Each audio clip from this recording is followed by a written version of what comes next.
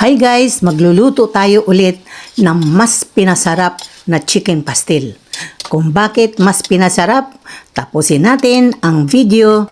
Bago ang lahat, magpakulo muna tayo ng ating manok, yung petso na part ng manok, lagyan ng mga sangkap, palamigin at himay-himayin. Pagkatapos, let's go, maggisa na tayo, maglagay tayo ng mantika, depende kung gaano karami ang ating iluluto. So ayan, naggisa ako ng maraming bawang at naglagay din ako ng luya.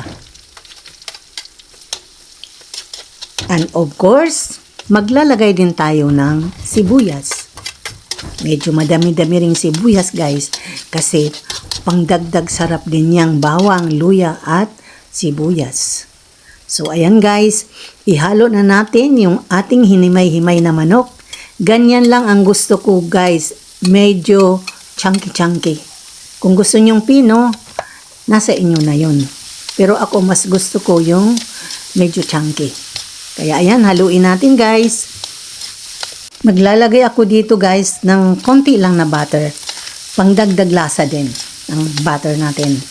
So haluin natin ulit. So, tuloy-tuloy lang halo guys, every time na may panahon. At nilagyan ko siya ng sabaw guys, yung pinagpakuluan natin ng manok. Kasi may lasa na yun guys, maraming sangkap yun, may tanglad, may luya, may kung ano-ano pa. So, ayan. Ngayon maglalagay na ako ng suka. Ang suka kasi guys, pampahaba din ng buhay ng ating pastil. Naglagay din ako ng toyo.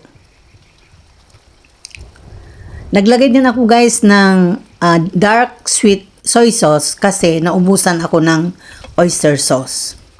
So, discard na lang. Naglagay din ako ng chicken cube para mas lalong malasa ang ating chicken pastil. Nagdagdag ako guys ng ng toyo.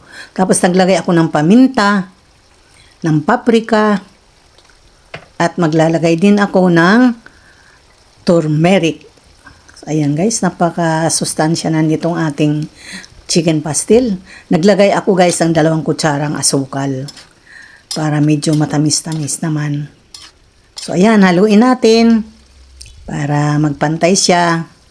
At guys, medyo natabangan ako. Naglagay ako ng patis.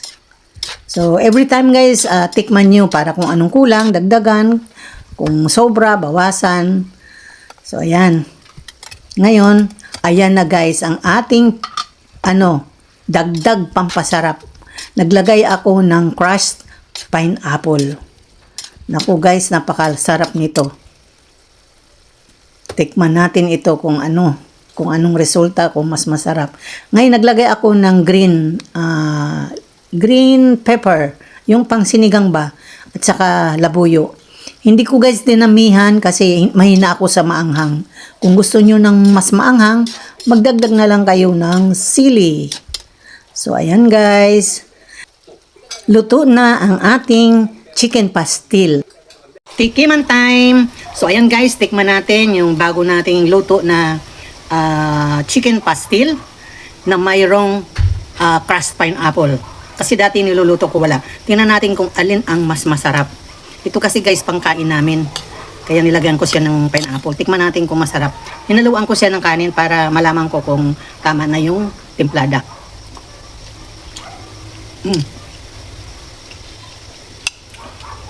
Medyo maanghang na. Pero konti lang nilagay ko. Pero napakasarap guys. Mas masarap kaysa walang pineapple. Crushed pineapple. So guys, try nyo rin ito iluto. Lagyan nyo ng pineapple. Masarap guys. Parang gusto ko nang kumain. Parang emergency guys. Nagluluto ako nito para sa amin. Pag tinatamad ako magluto, ito na lang ang ulam namin. Diba? So, thank you for watching and happy eating!